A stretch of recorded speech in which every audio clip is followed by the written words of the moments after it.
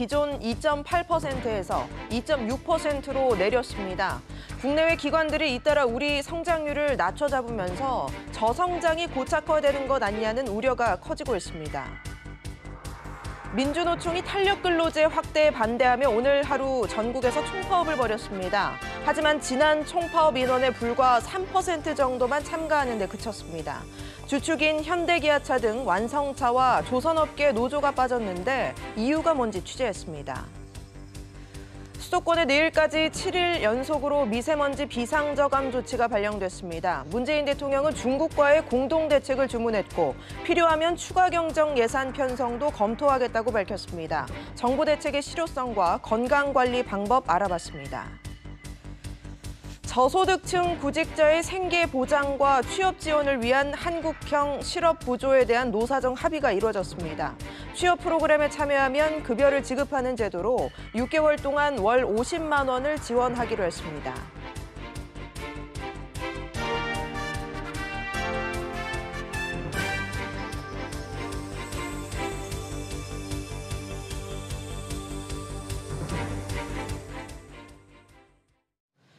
여러분 안녕하십니까? OECD가 올해 우리 경제 성장률을 2.6%로 낮췄습니다. 우리 경제에 대한 해외 기관들의 눈높이가 하나둘 낮아지고 있습니다. 먼저 취재 기자를 전화로 알아보겠습니다. 정인아 기자.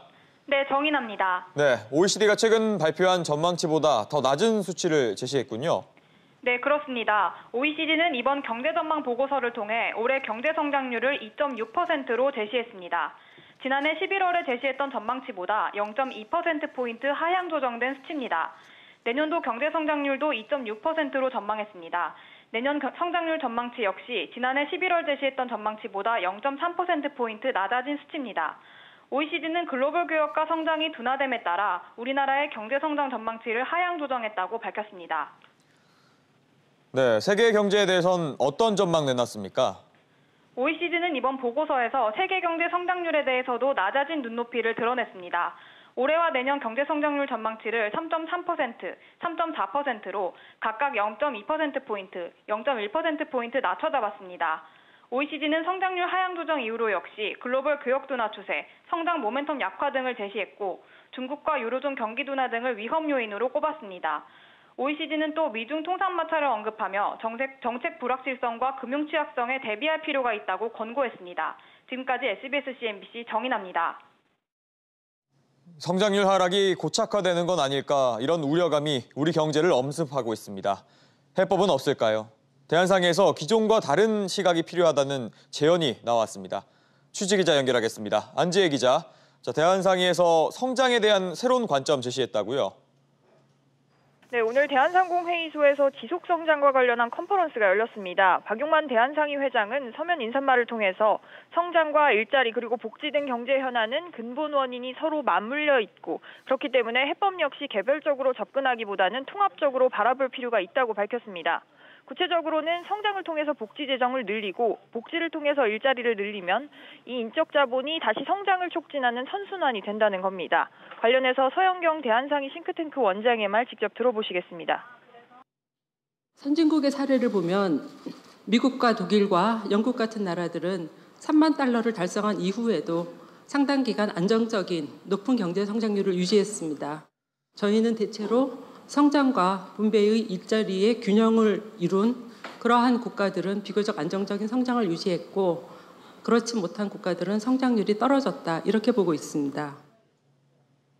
성장과 복지가 함께 가야 된다 이런 의미인데 그런데 복지 재원도 어떻게 마련하는지 그러니까 세금을 더 내야 하느냐의 문제일 텐데요. 이 문제 어떻게 이야기 나왔습니까? 네, 오늘 토론 패널로 참석한 이인실 서강대학교 경제학과 교수는 우리 국민들이 지금 누리는 복지가 내 세금에서 나간다는 걸 인지해야 한다고 꼬집었습니다. 지금처럼 포용적인 성장으로 간다고 하면 증세 논의가 필요하다는 겁니다. 우리나라 복지 지출은 오는 2030년대 후반 OECD 평균 수준을 초과할 전망입니다. 지금까지 보도국에서 전해드렸습니다. 민주노총이 오늘 하루 총파업을 벌였습니다. 일부에서는 탄력 근로제와 광주형 일자리 등 이슈가 많다 보니 대규모 파업이 되지 않을까 예상했었지만 결과는 달랐습니다. 자세한 내용 취재기자 연결해 알아봅니다. 정윤영 기자. 네, 정윤영입니다. 네, 민주노총이 예고한 대로 오후부터 총파업 집회를 열었다고요? 네, 민주노총은 오늘 오후 4시부터 서울 여의도 국회를 포함해 전국 14개 지역에서 총파업 집회를 개최했습니다. 이번 파업에 30여 개 사업장에서 3,200여 명이 참가했다고 고용노동부는 추산했습니다. 현대기아차 노조 등이 빠졌기 때문입니다. 참고로 지난해 11월 민주노총 총파업 때 참여 인원이 9만여 명밖에 되지 않아 실패했다는 평가를 받은 바 있는데요. 오늘은 그 인원의 3에서 4%도 안 되는 사람이 참여했습니다.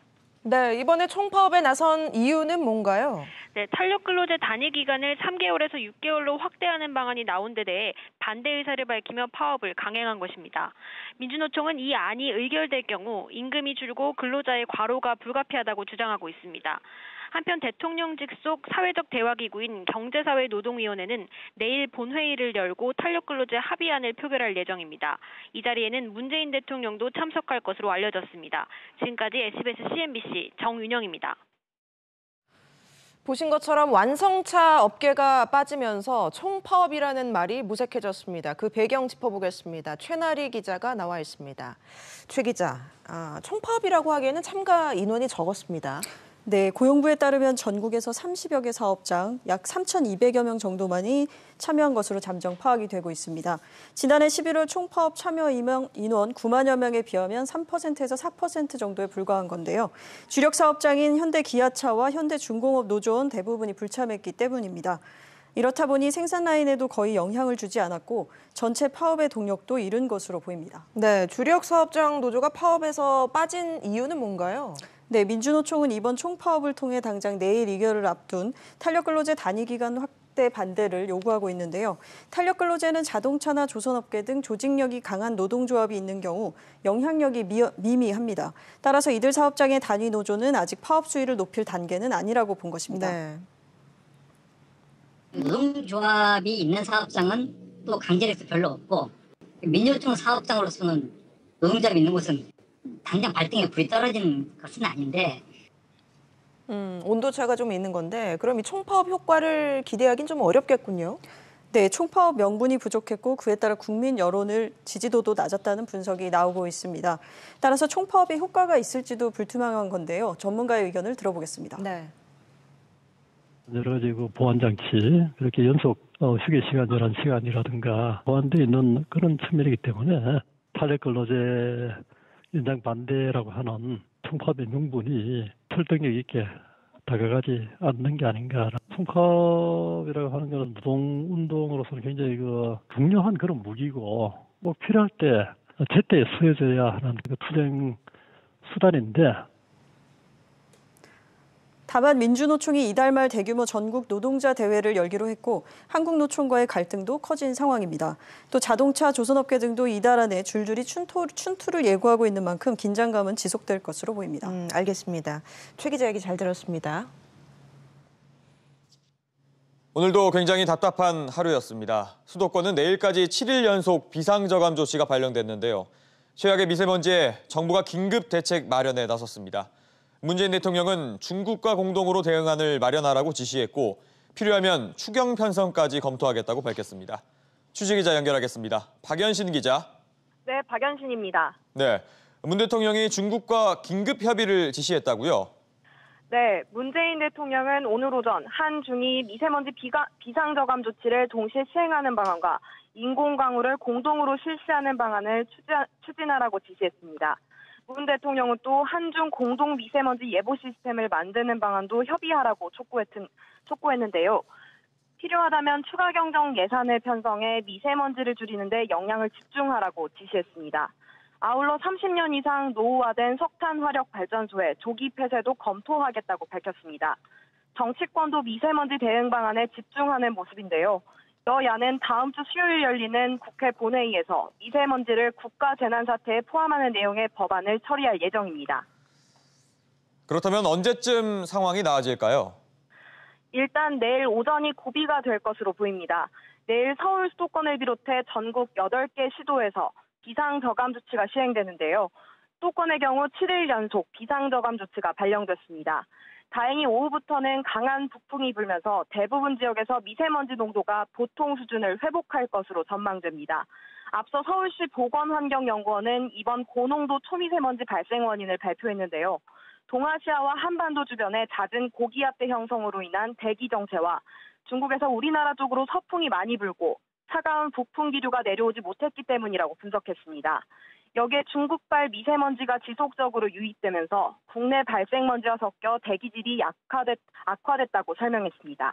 지금까지 보도국에서 전해드렸습니다. 네, 문재인 대통령의 긴급 대책 지시는 비상저감 조치가 6일 연속 시행되고 나서야 나왔습니다. 각 부처도 이제서야 움직이기 시작했는데요. 이 내용 취재기자와 전도 자세히 짚어보겠습니다. 황인표 기자가 나와 있습니다. 자, 황 기자. 네. 대통령이 한중 공조를 강조했는데 효과는 과연 있을까요? 이게 뭐 어느 정도 지금 진행된 정책도 있고 새로 추진해야 되는 정책도 있습니다.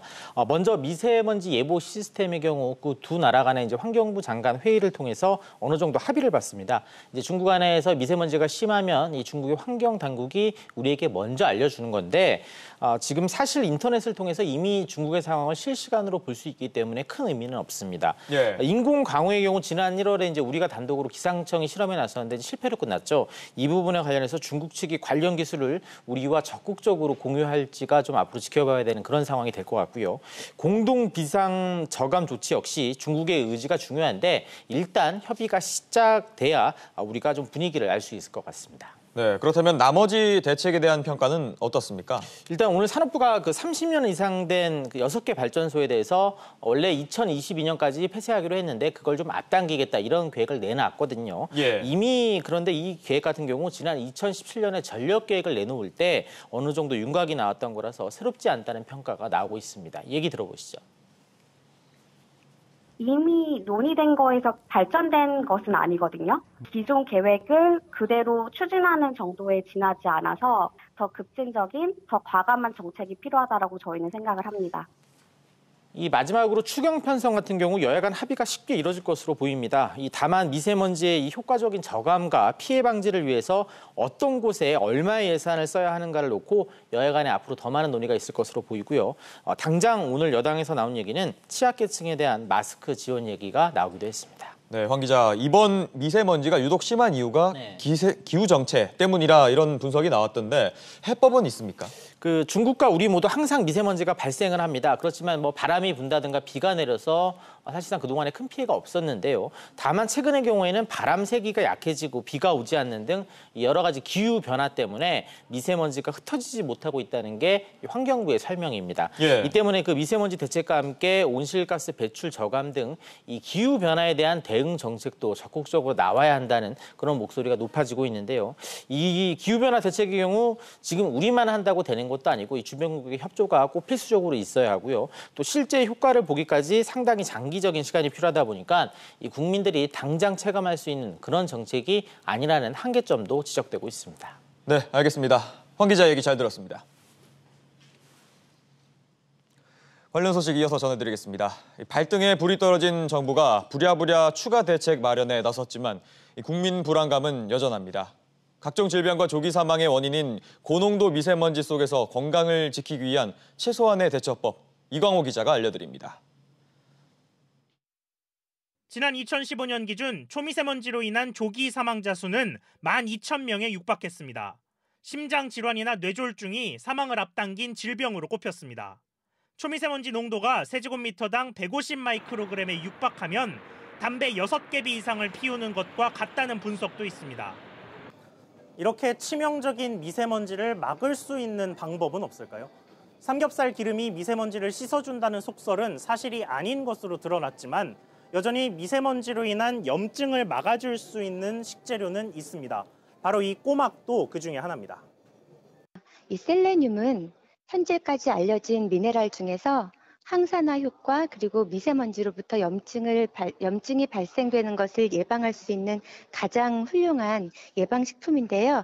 꼬막 이외에도 홍합이라든지 조개에 많이 들어있습니다. 미세먼지에 장시간 노출되는 안면 피부는 노화가 빨라지고 염증이 생길 수 있습니다. 이를 막기 위해선 이중 세안이 필요합니다. 시중에서 구입할 수 있는 클린저들은 대부분 이제 피부에 자극이 적은 약산성의 클린저를 많이 사용하게 됩니다. 그래서 기본적으로 약산성의 클린저로 세안을 해주시고, 비누는 좀 알칼리성이기 때문에 비누로 다시 한번 좀 꼼꼼하게 세안을 해주시는 게 중요하고요. 실내 면적에 맞는 공기청정기를 사용하고 마스크를 자주 바꾸는 것도 중요하다는 게 전문가들의 조언입니다. SBS CNBC 이광호입니다. 자본 잠식 상태인 한진중공업의 최대 주주가 산업은행으로 바뀌었습니다. 조남호 회장은 경영권을 잃게 됐는데요. 취재기자를 연결합니다. 서주연 기자, 한진중공업 채권단이 채무를 출자 전환했다고요? 예, 그렇습니다. 한진중공업은 오늘 국내 채권단이 채무 6,874억 원을 출자 전환하면서 채무 액수만큼 유상증자한다고 공시를 했습니다. 이번 유상증자는 제3자 배정 증자 방식으로 보통주 6,874만 1,142주를 주당 10,000원으로 발행합니다. 이 주식은 산업은행 등 국내 채권단과 필리핀은행에 배정이 됩니다. 네, 이렇게 되면 조남호 회장의 경영권이 상실되는 건가요? 네, 맞습니다. 한진중공업과 채권단은 또 기존 한진중공업 주식의 86.3%를 감자하기로 했습니다. 최대 주주인 한진중공업 홀딩스 등이 보유한 주식은 전량 소각하고, 일반 주주가 보유한 주식은 5대1의 비율로 차등 감자합니다. 이렇게 되면 한진중공업 홀딩스를 통해서 경영권을 행사하던 조남호 회장은 경영권을 잃게 됩니다. 최대 주주의 지위도 한진중공업 홀딩스에서 한국산업은행으로 바뀝니다. 네, 한진중공업의 사업 구조도 재편된다고요? 네, 한진중공업은 이번 유상증자를 계기로 필리핀 수비크 조선소 리스크를 해소하고 자본을 확충하면서 영도 조선소를 주축으로 사업 구조 재편에 나설 계획입니다. 실제로 한진중공업 영도 조선소는 2016년 채권단의 자율협약 이후 군함 등 특수선을 집중해서 수주했습니다. 모두 27척, 1조 2천억 원 상당의 신조 물량으로 안정적인 수익을 확보한 상황입니다. 이를 바탕으로 사는 등 채권단은 보유 자산 매각 등을 통해서 재무 건전성을 개선해 나갈 것으로 보입니다. 지금까지 SBS CNBC 서주연입니다. 정부가 새로운 저비용 항공사 3곳을 허가하면서 우리 항공사가 모두 11개로 늘어났습니다. 항공시장에 큰 변화가 예상됩니다. 취재기자가 자세히 짚어보겠습니다. 윤지혜 기자 나와 있습니다. 윤 기자, 네. 기대와 우려가 교차하고 있는데 먼저 우려의 목소리가 나오는 이유는 뭔가요? 네, 원래 우리나라에는 저비용 항공사가 총 6개 정도 있었는데요. 이번 신규 허가로 9곳이 되면서 한국이 결국 세계 최다 저비용 항공사 수를 갖게 됐습니다. 이 미국에 있는 숫자랑 같은 상황인데요. 일부에서는 이번에 3곳을 추가로 선정한 거는 이 과도한 측면이 있었다는 지적이 나오는 이유입니다. 국내에 있는 공항 시간대에 대부분 이 시간당 이착륙 횟수, 슬롯이라고 표현하기도 하는데 이게 전부 다 한계에 이르렀다는 이 항공업계의 우려의 목소리도 나오고 있는 상황입니다. 경쟁이 과해질 수 있다는 건데 소비자 입장에서는 경쟁이 과해지면 좀 서비스도 좋아질 것 같고 좀 좋은 점이 있지 않을까요? 네, 말씀하신 것처럼 소비자 입장에서는 이 선택의 폭이 넓어질 수 있고 또 가격 혜택도 누릴 수 있게 됩니다. 하지만 장기적으로는 결국 어떤 경쟁을 하다 보면 항공사가 수익을 못 내고 또 유가 하락과 같은 우발적 요인이 겹칠 경우에 이 존립 자체가 불확실해질 수도 있습니다. 때문에 이번에 들어온 항공사들은 이 충북, 청주 등 아직 수요가 남아있는 지방을 거점으로 삼아서 출발을 하겠다는 계획입니다. 또 역발상으로는 이 저비용 항공사로서 한계를 짓지 않고 중장기 노선 전용 항공사로 이 차별화를 도모하겠다 이런 것도 있는데요. 이번에 신규 허가를 받은 에어프레미아 측 얘기를 직접 들어보시겠습니다. 네. 대형 국적 항공사가 취항하지 않는 곳을 중심으로 지금 취항을 할 예정입니다. 특히 그 실리콘밸리 지역은 우리나라 국적사가 지금 취항을 하지 않고 있습니다. 예, 근데 수요는 굉장히 지금 많습니다. 저비용 항공사들이 이제 사업을 확장하는 분위기인데 시장 상황은 어떻습니까? 네, 지난해 매출을 보면요. 이 제주항공과 이 진에어는 벌써 1조 원을 넘긴 수준이고요. 이 티웨이나 에어부산은 6천에서 7천억 수준의 매출을 기록했습니다. 또 국내 전체 여객에서 이 저비용 항공사의 점유율이 점점 높아지고 있는데 지난해는 59% 가까이 올라왔습니다. 무엇보다 가파른 성장세가 눈에 띄는데 이 저비용 항공사 6곳에 2017년 합산 영업이익을 산출을 하면은 전년 과 비교를 했을 때 85%를 훌쩍 뛰어넘는 숫자를 넘었습니다. 네, 어느 정도 저비용 항공사들 사이에서 재편도 이루어졌겠네요. 네, 그렇습니다. 이미 과거에 우리가 생각하던 이 대한항공과 아시아나의 양대, 이를 이루던 항공업계 체제라고 보기는 어렵습니다. 매출 1조 원을 넘긴 저비용 항공사는 이들과 벌써 국제선을 놓고 경쟁을 하고 있는 상황이고요. 이 일부 저비용 항공사는 이 국내선과 단거리만 집중적으로 노리기도 하고 있습니다. 이번 신규 진입으로 결국 이 특정 노선에 특화가 된 이런 다양한 혜택을 누릴 수 있는 서비스를 제공할지, 또 아니면 이 항공사들이 출혈 경쟁만 남기게 될지 지켜봐야 할 것 같습니다. 알겠습니다. 윤 기자 얘기 잘 들었습니다. 국세청과 경찰이 파악한 부동산 관련 불법 부정 행위를 국토부와 실시간으로 공유하는 방안이 추진됩니다. 통합 정보망이 만들어지는 건데요. 이른바 업다운 계약 등 시장 교란 행위에 대한 단속과 처벌을 더 촘촘하게 하기 위한 조치입니다. 강상 기자가 보도합니다. 현재는 국세청이 부동산 관련 탈세 조사를 하거나 경찰이 분양권 불법 거래 수사를 해도 국토부는 관련 내용을 모를 수 있습니다. 각 기관이 파악한 정보를 국토부에 알려야 할 의무가 없기 때문입니다. 예를 들어 양도소득세를 제대로 내지 않아 국세청 조사를 받는 사람은 실거래가도 부풀리거나 축소해서 신고했을 가능성이 높은데, 국세청이 관련 내용을 알려주지 않으면 실거래가 신고 위반 여부를 가릴 국토부 조사는 이루어지지 못하는 경우가 발생할 수 있습니다. 이런 빈틈을 메우기 위해 불법 거래 정보를 실시간으로 공유하는 통합정보망이 구축됩니다. 경찰, 국세청이나 조사를 하다가 우리 쪽 물이 발견되면 보고를 해줘야 될 거 아니에요. 법률 근거가 정확히 없는 거예요. 수사 연계를 명확하게 한 거죠. 불법 행위 정보를 자동으로 공유하기 위한 법적 근거를 만드는 방안은 지난해 9월부터 추진됐습니다. 법 개정을 통한다면 부동산 거래 신고에 그 정보가 공유되면서 불법 행위들을 막는 데 큰 효과를 볼 수 있습니다. 국토부는 분양이나 매매, 등기 등 부동산 거래의 단계별 정보를 파악할 수 있는 시스템 구축도 검토 중이라고 밝혔습니다. SBS CNBC 강산입니다. 저소득층 구직자들의 생계 보장과 취업 지원을 위한 한국형 실업부조에 노사정이 합의했습니다. 6개월 동안 월 50만 원을 지원하기로 했는데요. 취재기자 연결합니다. 윤성훈 기자, 우선 지원 대상 어떻게 되나요? 네, 지원 대상은 중위소득 50% 이하의 저소득 구직자입니다. 월 50만 원씩 최대 6개월 동안 구직 촉진 수당을 지급하는 계획인데요. 경제사회노동위원회 산하 사회안전망 개선위원회에서 이 같은 운영 원칙을 포함한 고용 안전망 강화를 위한 합의문을 채택했습니다. 경사노위 측은 지원 금액에 대해 최저 생계를 보장하는 수준의 정액급여이고 운영 성과를 평가한 후 단계적으로 확대한다고 밝혔습니다. 이번에 도출된 합의문은 내일 열리는 경사노위 본회의의 안건으로 상정될 예정입니다.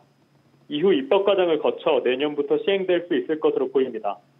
네, 합의문에 고용보험 내실화에 대한 내용도 담겼다고요? 네, 사회안전망 개선위가 내놓은 합의문에는 고용안전망과 관련한 고용보험 제도를 내실화해야 한다는 내용이 포함됐습니다. 이에 대한 구체적인 방안으로 실업급여 현실화를 언급했는데요. 올해 실업급여는 상한액 6만 6천 원, 하한액 6만 120원으로 설정됐는데 상하한액이 오르게 될 것으로 보입니다. 개선위는 또 현행 고용보험 제도를 소득 기준으로 개편해 더 많은 노동자들이 포함될 수 있도록 하는 데 합의했습니다. 지금까지 SBS CNBC 윤성훈입니다. 지난 97년 외환 위기 이후 벤처 강국이라 불릴 만큼 우리 경제 회복에 벤처기업이 큰 역할을 했는데요. 정부가 제2의 벤처붐을 일으키겠다며 청사진을 내놨습니다. 김성훈 기자가 보도합니다. 정부에 따르면 지난해까지 국내에 등록된 벤처기업 수는 3만 7천여 개. 하지만 기업 가치가 1조 원을 넘는 비상장 벤처기업, 이른바 유니콘 기업은 6개에 불과합니다. 정부가 벤처기업 붐을 일으키기 위해 지원 전략을 내놓았습니다. 창업 초기뿐 아니라 투자, 성장, 그리고 자금 회수 단계까지 정부 지원을 지속하는 게 새 전략의 핵심입니다. 모처럼 살아난 벤처 창업의 훈풍이 제2의 벤처붐으로 확산될 수 있도록 정책 역량을 집중할 필요가 있다는 판단 아래 이번 대책을 마련하게 되었습니다. 정부는 성장 중인 소규모 벤처기업을 한 단계 더 성장하도록 투자 지원을 집중하는 스케일업 펀드를 4년간 12조 원 규모로 조성합니다. 바이오에스와 핀테크 같은 신산업 창업 분야에는 입주시설과 개방형 실험실 등을 지원합니다. 비상장 벤처기업에 대해 차등 의결권 도입을 추진하고 비과세 혜택도 늘릴 계획입니다. 정부는 2022년까지 연간 5조 원 규모를 신규 벤처기업에 투자합니다. 이번 전략이 시행되면 정부는 현재 6개인 유니콘 기업이 4년 안에 20개까지 늘어날 것으로 기대하고 있습니다. 장기적인 경제 성장을 확보하기 위해서 벤처 활성화는 중요하다고 생각됩니다. 정책적인 전환 역시 의미 있다고 판단되고요. 제2의 벤처 바람이 우리 경제에 활력을 불어넣을 수 있을지 기대됩니다. SBS CNBC 김성훈입니다. 현대자동차의 중국 합작 법인인 베이징 현대가 이르면 다음 달 베이징 1공장 가동 중단을 검토 중입니다. 취재기자 연결하겠습니다. 송태희 기자 전해주시죠. 네, 업계에 따르면 베이징 현대는 인력 감축의 구체적 시행을 검토 중인 것으로 알려졌습니다. 일부 직원과 부품 협력사의 이 같은 방침을 고지한 것으로 전해졌습니다. 베이징 현대는 2017년 사드 보복 여파로 판매량이 줄어든 뒤 2년간 공장 가동률이 50%를 밑돌기도 했습니다. 베이징 현대 1공장은 이달 말까지 일부 잔여 작업을 마치고 사실상 생산 중단 수순에 들어갈 전망입니다. 네, 파장이 만만치 않을 것 같군요. 네, 현재 동반 진출한 130여 개 우리 부품 업체가 어려움에 빠질 것으로 예상됩니다. 베이징 1공장은 현대차가 2002년 중국 베이징 자동차와 지분 50대 50 합작사인 베이징 현대를 세우면서 가장 먼저 가동한 곳입니다. 연간 생산 능력은 30만 대에 달합니다. 베이징 현대는 중국에 5개 공장을 두고 연간 165만 대 생산 능력을 갖추고 있습니다. 지금까지 SBS CNBC 송태희입니다.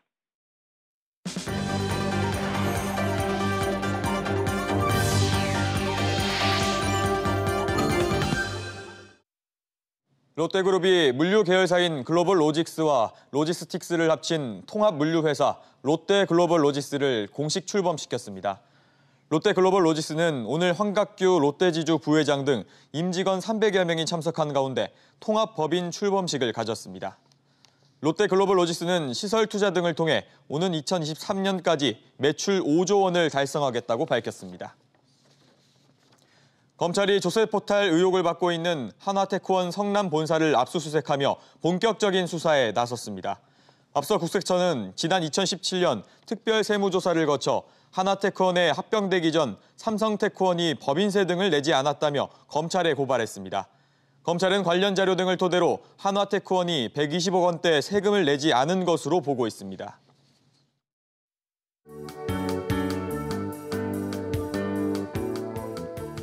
안녕하세요. K웨더 라이프스타일 예보 최현미입니다. 현재 위성 영상 보시면 전국이 흐리고 빗방울이 떨어지는 곳이 있는데요. 밤부터 강원 영동은 눈이나 비가 이어지겠습니다. 특히 산간을 중심으로는 5에서 20cm가량 많은 눈이 예상돼 피해 없도록 조심하셔야겠습니다. 장기간 계속됐던 미세먼지는 내일이면 옅어지겠습니다. 전국이 보통 수준으로 오랜만에 깨끗한 공기를 느낄 수 있겠는데요. 다만 일교차가 크게 벌어지겠습니다.